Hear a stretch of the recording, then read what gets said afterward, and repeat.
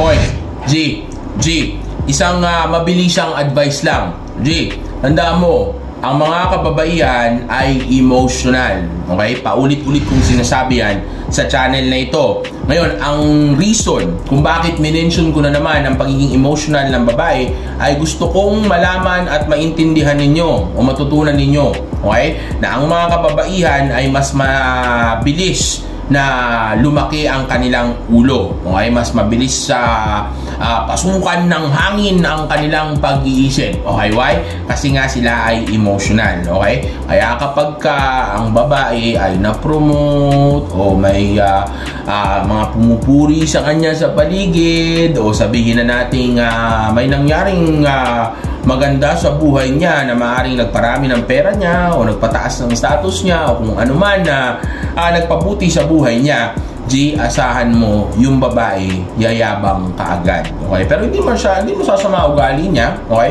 Pero maniwala ka sa akin, yayabang siya kaagad. Okay? Ako nga, dati meron akong katrabaho na babae na sobrang humble niya. Okay? Nung una, ano pa lang siya, bago pa lang siya sa opisina. Okay? Pero nung napasali siya sa pageant, okay, ng dati kong pinapasukan na opisina, G, yumabang kaagad yung babae. Ang feeling na kaagad niya sa sarili niya ay siya na kaagad ay isang Miss Universe. O siya na kaagad si Catriona Gray. Okay?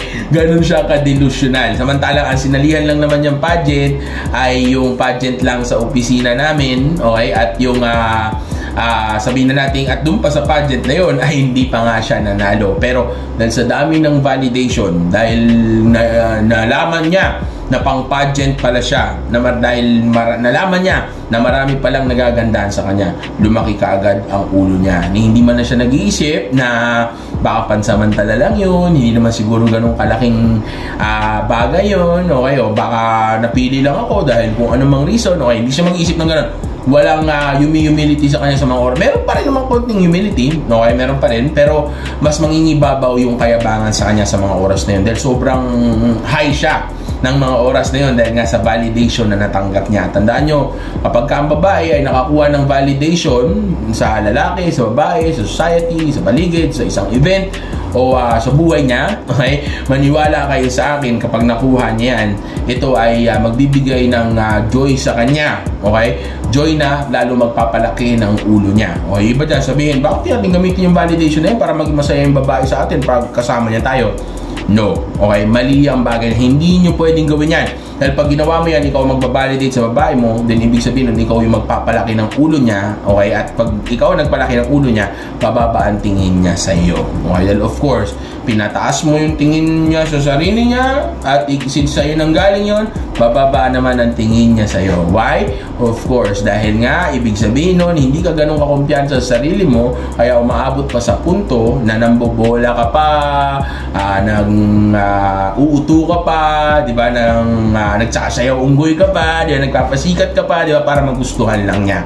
Okay? So, ibig sabihin, hindi ka nga kumpiyansa doon, o hindi ka ganun kakumpiyansa sa sarili mo, kaya ginagawa pa ang bagay na ito. Okay? Kaya wag na wag mong i-validate ang babae. Pero again, ang reason nga kung ba't ko ginawa ang video na ito at itinuro sa inyo yung mga sinabi ko ngayon ay dahil gusto kong malaman ninyo na mga kababaihan ay mabilis lumaki ang ulo. Okay? Maniwala kayo sa akin. Yung babae na sabihin natin walang masyadong, hindi man ganun kaganda. Ito example. Si Maymay, di ba, yung artista na kumakanta-kanta, di ba? Tingnan mo yung tsura mo, kantipaklong, di ba? Pero shout out, joke lang naman yan. No, I'm not joking. Okay. Alam niyo naman yung tsura talaga, mukha naman talagang tipaklong di ba? Pero ang ibig sabihin ko, at alam niya yun, pero pag nasaktan siya dito sinasabi ko, then ibig sabihin, di ba? Ibig sabihin, yun nga, lumaki na nga yung ulo niya. Kasi alam niya sa sarili niya yun di ba? Nung nasa Pinoy Big Brother yung Maymay, maymay na yan, yun din ang tawag sa kanya dahil nga haba ng mga bias niya, di ba? Tapos mukhang tutubi yung mukha niya, yung ulo niya, yung noo niya, di ba? So, yun nga. Pero yun lang yung sabi nila, hindi ko naman siya nilalait. Okay, shoutout sa mga maninipis ang balat dyan, shoutout sa mga betamel dyan, okay? Shoutout na rin sa mga ano dyan, sa mga iyaking dyan, okay? So, hindi ko siya nilalait, di ako nagdadaw ng tao. Ito ay nanggaling lang naman sa mga narinig ko, okay? At napanood ko tungkol sa kanya, okay? So yun nga, ang iba ay tawag sa kanya ay yun nga, tipaklong, okay? So yun nga, kung titingnan nyo siya, okay, yun nga, ito ang reason kung ba't ko ginawa siya example, okay? Kumbaga, kung titingnan ninyo siya, hindi naman siya ganun kagandaan, pero dahil naging artista siya, na-validate siya, sumikat siya, di ba? Ngayon, ang feeling niya, sarili niya, sobrang ganda na niya, okay? Pero may mga nagagandahan naman talaga din sa kanya, okay? Pero yun nga lang, hindi naman siya ganun kaganda. Pero kung titingnan nyo, iba na yung tingin nyo sarili niya ngayon, okay? Kumpara noon. But kahit sino naman siguro, magkakaroon ng kumpiyansa sa sarili niya, even ang lalaki, kapag gumanda ang buhay niya o nagkaroon siya ng improvement, okay? Natural lang yun. Pero iba ang impact nito sa babae. Sa babae, nagbibigay ito ng delusyon, okay? Parang si Kiray, di ba? Porque nagkaroon ng boyfriend na gwapo, ang feeling niya, o boyfriend na maayos, okay? Ang feeling niya ngayon, ano na siya, sobrang ganda na niya, hindi na siya iiwan nito, okay na ako ng ganito, hindi na ako kailangan magpaganda pa, di ba? Dahil nga na-validate lang siya, okay? So, ganun kabilis lumaki ang ulo ng babae kasi nga emotional sila. So, pag na-validate siya, o may nangyaring improvement sa kanya, natural, sasaya siya, tapos yung saya na yun, since emotional nga siya, okay?